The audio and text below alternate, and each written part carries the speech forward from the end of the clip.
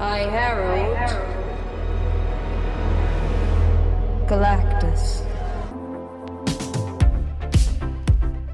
Hey, welcome back to ScreenCrush. I'm Colton Ogburn, and despite the Fantastic Four being very much its own solo story set in its own world, it did do a lot to set up Avengers Doomsday and Avengers Secret Wars. So we need to talk about our very first look at Robert Downey Jr.'s Doctor Doom, why he is there for Franklin, and how the Fantastic Four and their defeat of Galactus has doomed their entire universe. And a little later, I'm going to be joined by my friends Garrett Watts and Tommy Bechtel to get their thoughts and theories on Doom's big debut. And hey, by the way, be sure to check out ScreenCrush on all major podcasting platforms and visit our merch store, ScreenCrushMerch.com. We've got some great Doom and Fantastic Four inspired merch that I cannot wait to share with you guys a little later in the video. So First Steps was really at its core about Franklin's first steps into a greater multiverse and his cosmic destiny leading into Secret Wars and beyond. In the film, we learn that Galactus has been tasked with the responsibility of consuming worlds. It's his role in nature. He and his mission are essential. For he is a universal force,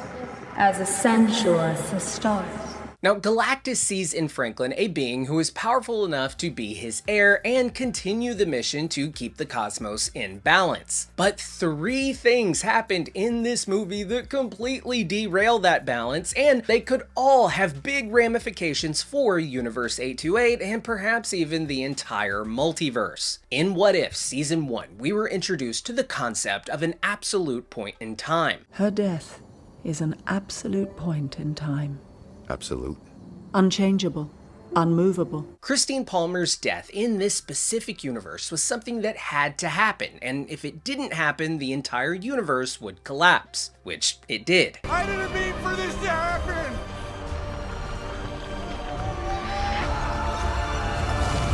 And we were introduced to a similar concept in Spider-Man Across the Spider-Verse with canon events. They are the canon. Chapters that are a part of every Spider story, every time.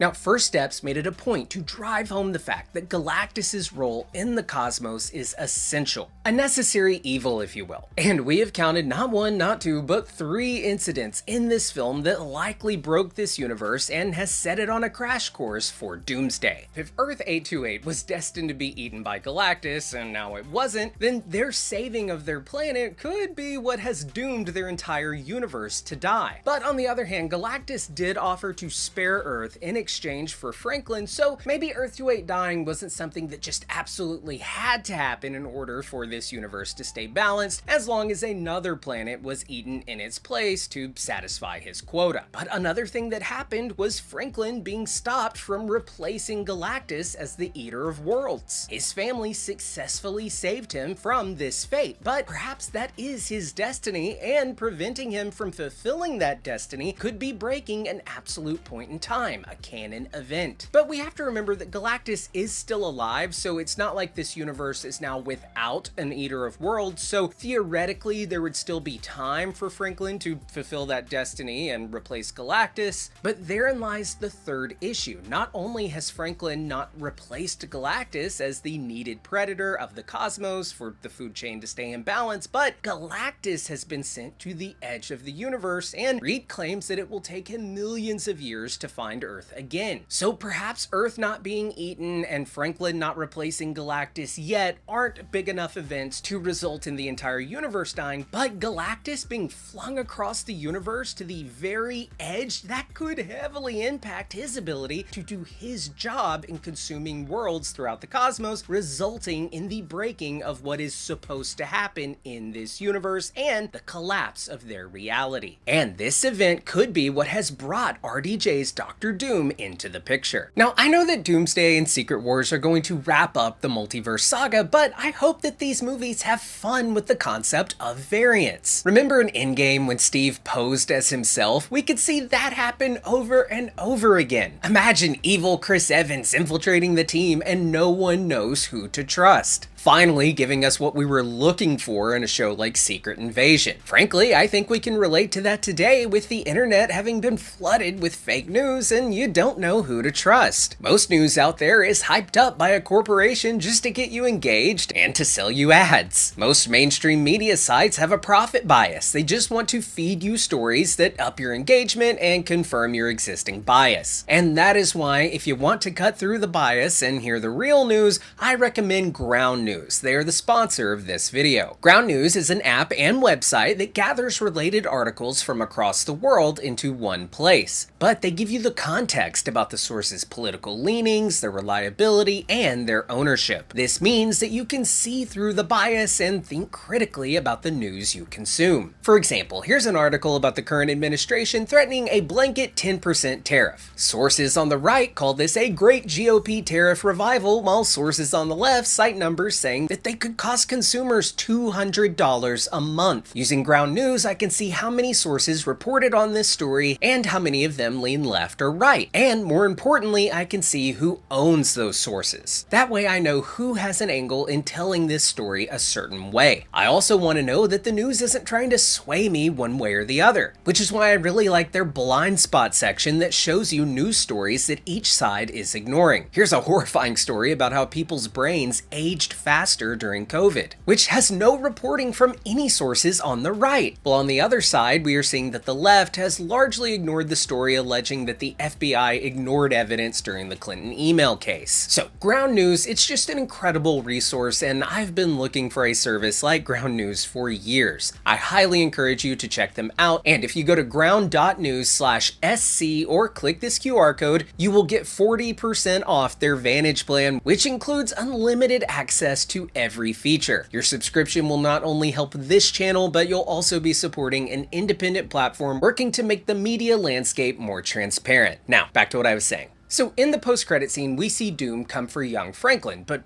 why? Well, the most obvious answer is that he wants his power. But Doom could also be aware that Reed and the Fantastic Four's defeat of Galactus and them saving their world ultimately has doomed the universe and perhaps even caused great damage for the entire multiverse. Maybe we could even learn that the reason Doom wasn't on Earth during Fantastic Four First Steps was because he knew what was coming with Galactus, and he knew and accepted that he had to allow his planet to be eaten because in the grand calculus of the universe and the multiverse, he had to let it happen. Hell, I would even love to find out that Doom also has some type of teleporting tech that he developed separate from Reed. Perhaps in their college days they were competing on teleportation, and it's heavily implied that he did teleport into the Baxter building for that post-credit scene. Anyway, I would love if we learned that Doom teleported not only himself but all of Latveria to an Earth-like planet, or maybe even to another universe to save his people from Galactus. But once Doom catches wind that Earth 828 has survived and that Galactus was defeated, he could investigate further and learn about Franklin and his immense power, and now Doom could be making his move to either force Franklin to take on this Eater of Worlds' destiny, or to take the power of Franklin himself. But let me go ahead and ask Garrett and Tommy what they think. Alright guys, well now I am joined by my two friends, Garrett Watts and Tommy Bechtold. Garrett, it's your first time here on ScreenCrush. Welcome. This is huge for me. Thank you, boys. I'm very glad to be here. Hello, everybody. Yeah, huge for us. Tommy, hey. So, what? Hey, Tommy. This is my This is my last time on. This your last time. Yeah. Tommy, what did you think? I just want to get your brief thoughts real quick on Fantastic Four First Steps. What did you think of the movie? I think there was a lot of things I really liked about it. After my first viewing, I felt slightly underwhelmed by the movie as a whole piece. There was a lot more I liked than I didn't like. I'm excited about the Fantastic Four being firmly entrenched in the MCU. However, I think in terms of the Marvel itch that I have, it wasn't 100% scratched. Yeah, I felt that it just was way too short. And I had the same problem with Superman to a degree. I liked both movies, but I was like, God, give them like 20 more minutes to breathe. And I'm actually working on something right now that I'm wondering if like studios are trying to compete with like doom scrolling and like shortening attention spans and stuff. And I'm kind of worried that that's going to end up hurting like the theatrical experience. But Garrett, you actually got to go to the premiere, right? In LA for Fantastic Four. What? Yeah, what Yeah, do you think? The blue carpet, right? Yeah. It was a blue carpet. I always get really self-conscious about doing like the carpets because I'm like, I'm not that guy. I don't know. Don't take my picture, Getty Images. But and also I hate my body, so there's that. It's full body stuff. It just doesn't go well with me.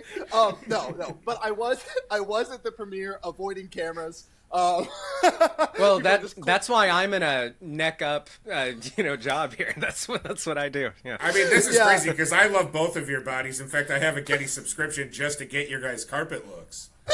That is true, Tommy. When you first met me on this, before we pressed record, you said, "God, I love your body." Yeah, I said, Garrett, do me a favor, stand up and twirl, will you? And then I got briefly reprimanded by HR, and now we're all fine, and I apologize for doing that. And Colton threw up. It was amazing. Steering off the topic of our carpets and whatnot, Garrett, what did you think of First Step? I did enjoy it. Like, anyone who got out of that movie and would be like, "It sucks," or like, "That was boring," come on, what are we doing here? Yeah. It was, what it did need, I think, was a little more sauce. It needed to be beefier, punchier. I do wish it had certain qualities that it didn't. Having said that, it was still a very good time and a very solid movie. Maybe a touch safe, but it was very, very, very good. So you're saying it needed a few cloves of garlic to give it a little zip. Yeah. Like you're not saying, it's not already great. That's why people watch Colton. I love that kind of thing. Yeah, look, here's the thing. Anyway. Oh, that's so... I want to ask you guys, the villain of this film, Galactus. Best version we've ever gotten of Galactus. I mean, compared to him being a fart cloud in the other one. I wasn't super blown away with what they did with him, but at the same time, I thought they handled him really well. I'm glad that they embraced him just being a giant, evil. Well, not necessarily evil, he has kind of a role, but he also views humanity as ants. Like when he said, what does he say to them? Clever little bugs. Yes. I was like, oh, Jesus.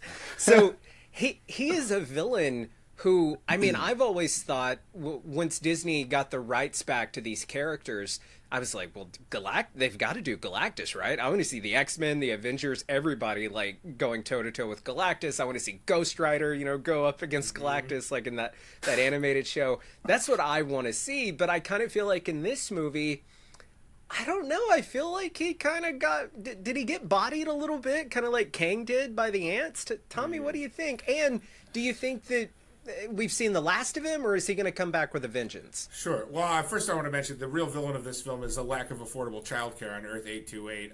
Sue and Reed having to be stay-at-home parents for that poor child instead of pursuing their scientific endeavors demonstrates a lack of economic stability on that planet and the city of New York. Now, as for Galactus, I thought that I actually did think that he was. I thought the visual effects, having him be practical, was very cool. Yes. I thought Ralph Ineson, his portrayal of him was amazing. I really felt the gravity of how huge he was in a way that I don't think they've been able to portray these giant characters in superhero movies before. It was so menacing. Seeing him use a building, a skyscraper, as just something to lean, like a post to lean on and catch his breath, I thought was a nice piece of visual filmmaking. Certainly special effects as well. Yeah. Now, as to his longevity, I think there's a reason you teleport him instead of kill him, right? And that is to bring him back. Yeah. And I think you have Silver Surfer, redeeming moment of redemption, kind of giving him a Shawn Michaels super kick into the portal.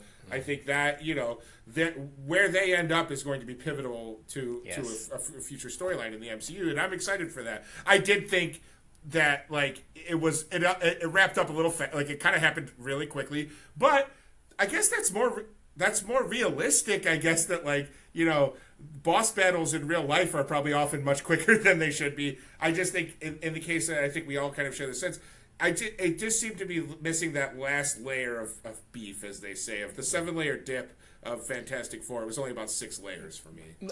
My one concern is that if you are going to bring him back, I'm worried that, yes, Sue Storm is incredibly powerful, and it did kill her to be able to beat him, but I worry that it kind of, I don't want to say it nerfed him a little bit, but I'm kind of hoping that he was just too sure of himself, like he didn't anticipate how strong Earth would be, so perhaps when he does come back, he'll be ready this time. Garrett, what did you think of this movie's interpretation of Galactus, and where do you think we'll see him and Shia LaBeouf show up again? Yeah, so I was laughing because I was looking at my notes on the side, and I imagined that, like, you and Ryan and Tommy have all these, like, intricate, beautiful thoughts about all these films you discuss so eloquently, and my notes are Mystique versus Shia LaBeouf with, like, That's a great note. Yeah. Because, like, that's sick. I did think about that moment when Shia LaBeouf, you know, punched Galactus into the black hole. I thought about what happened on the other side of that, how weird that must have been. Oh, yeah. This because, is awkward. Like, yeah. I like a Marvel moment of like, okay, that just happened. The Curb Your Enthusiasm music just plays. Yeah, exactly. She probably bolted the fuck out of there Yeah. once they were on that other side. Yeah. There were, God, I have so many damn thoughts about this movie.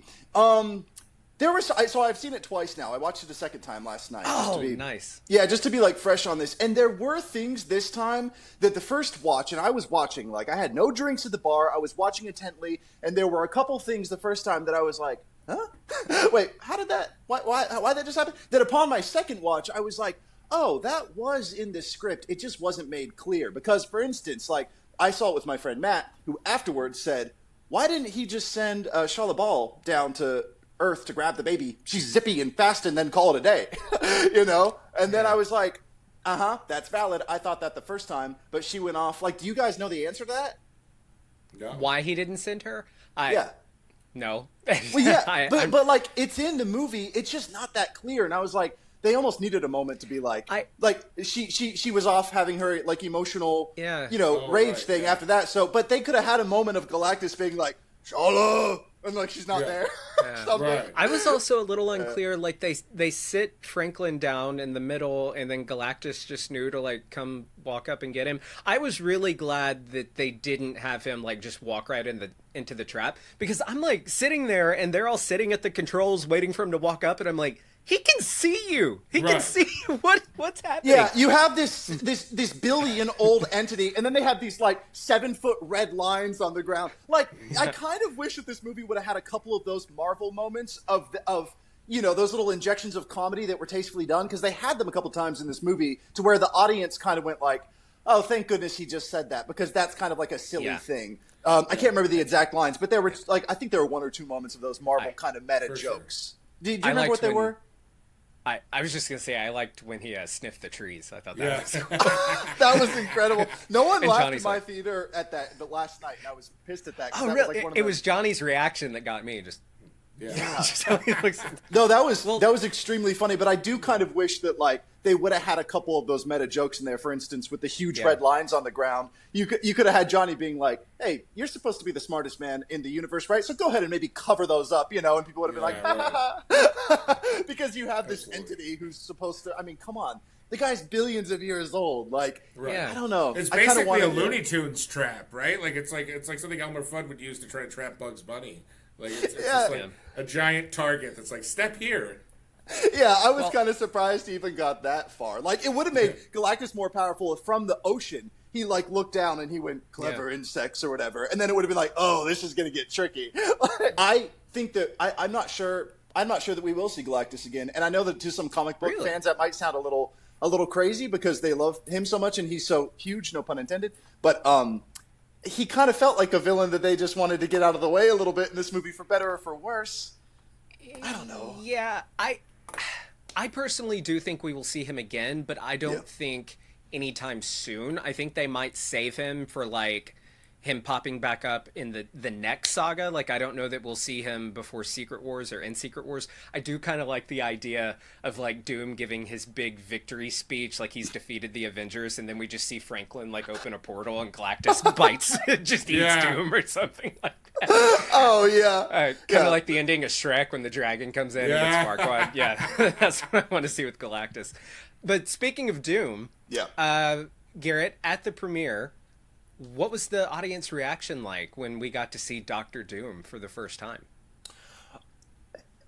You know, but not too unlike I'd assume y'all's theater. It's just a lot of hype, just a lot of ooh, just a lot of people really geeked for the moment, and a lot of naturalistic surprise too, because there's no conversation anywhere on the internet. There's no ScreenCrush thumbnails, okay, at that time of people giving away. No, I'm joking. You guys are great at that. But no, it was a great surprise. I think people are so excited about it. Yeah, no, it was awesome. Yeah. What do you got? Tell me, what do you think he's doing? What is Doom doing? We know he's coming for Franklin, but it's been 4 years. At the start of that post-credit scene, it says 4 years later. We saw the empty chairs for Latveria at the Future Foundation thing. Where has Doom been, and why is he just now coming to get Franklin? What do you think? Well, I think I kind of took it as like child development. Like, in order for Franklin's to be at a point where he could be manipulated, he needed to be a little older and understand human speech, and we see that he already is like a very bright kid. He reads Origin of Species, and and he loves it. And also Western New York great Eric Carle's Very Hungry Caterpillar, shout out to Syracuse, New York, and I think both signs of hyper-intellectualism, but I think it was literally just the waiting game to have Franklin be at a point where an adult could manipulate him into using his powers. That was my thought for the wait period. As to where he's been, the version of Earth that we get on 828 is it's not this it's not 616 where there's hundreds of superheroes all around, but for all intents and purposes, it's the Fantastic Four against a bunch of villains more than anything. I mean.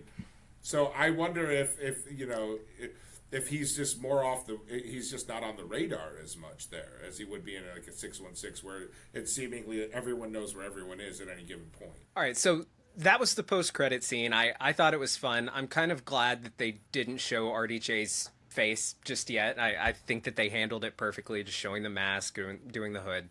It was directed by the Russo brothers, who also directed that Thunderbolts post-credit scene on the set of Avengers Doomsday, and this scene was also shot on set of Avengers Doomsday. So I'm thinking that these scenes are probably actually in the movie. That's something Marvel has done before. Brand New Day, Spider-Man Brand New Day is the last movie we're going to get before Doomsday. What are you thinking we're going to see in that post-credit scene? I'm assuming they're going to stick with it and have the Russos throw something in, but maybe even a scene from the actual movie. What do you think? I think it's the perfect opportunity for Peter Parker to see Tony Stark again, but it's not Tony Stark. It's Victor Von Doom, and it will be heartbreaking, and it'll probably be something along the lines of Tony, and then Victor Von Doom being like, "Who the hell are you?" or something like that, and then I don't even know who you are. Or just like no. Tony, wasn't that the Flash moment from the Flash and with Batman at the end? Yeah. Can I say? Okay, you brought it up. Can I say? I saw the very, very, very first cut of Flash, months before it came out. It didn't have the Clooney thing. You just see the feet step out of the car. It cuts back to Barry. He goes, "Oh, who the is this?" And then it cuts to black. Same. Yeah. So much better. Anyway, sorry. Yeah. Garrett, well, first let me say, do you think they'll show his face in the post-credit scene? Because I'm kind of thinking they're saving that either for the trailer or maybe even the movie. Okay, so I think the moment where Peter Parker, played by Tom Holland, sees Victor Von Doom, played by Robert Downey Jr., is too explosive of a moment. The hype will then reach another level for MCU fans. I just think that's too big of an opportunity to pass up, in my opinion. But I am often wrong. Yes, you That's are. what people Garrett, say. What do you think? I think. Tommy Bechtold, often wrong. Yeah, Tommy Bechtold. Put it on a chyron underneath me. I think that that's too big of a moment to put in a post-credit scene in any respect. I think that it'll be another kind of something leading up to it. Oh my gosh, I don't know. Maybe something with our fully conscious baby, our Franklin. I don't know. Who, by the way, I don't know if y'all noticed. Did y'all notice in Fantastic Four he was constantly aware, listening and turning and perceiving? I gotta say, man, there were a few points where that baby looked a little funky. That baby looked a little funky in some of those scenes. Yeah. I mean, he's cute as can be, but Yeah, it looked a little weird. There's something wrong with that. Yeah. Colton hates babies. Colton. All right, so Tommy's is always wrong. Colton hates babies. Colton Ogburn hates Yeah, babies. now we just need one for Garrett. There's just going to be question marks. His underneath Riverside mine. doesn't work. Garrett Watts does physical comedy routine with internet connection on recordings. It's so funny. I can't hear you, but I keep hearing this from your computer. The brand new day post-credit scene, though. God, I don't know. Maybe something with I always assumed that maybe something with like Ant-Man coming through and being like, it would be maybe he's like gonna nerf the Kang stuff and just be like, hey, how's it going, Peter? Remember me? Okay, so there was this guy. He got defeated by Ant. It's not a big deal. Come with me. Something silly. I love the idea, and they're kind of making a big deal of it right now that Brand New Day is going to be this street level thing instead of like a big multiversal thing. I love like the idea of us getting that street level movie and then like post credits. But like they save the day, everything's good. Peter says, I kind of like being a friendly neighborhood Spider-Man. Like, and Punisher asks, well, you gonna join the Avengers? And he's like, I don't know. I kind of like keeping it close to the ground. Makes that little reference to what Tony told him to do. And then we just see a giant spaceship like coming into New York, and Spider-Man's like, what the?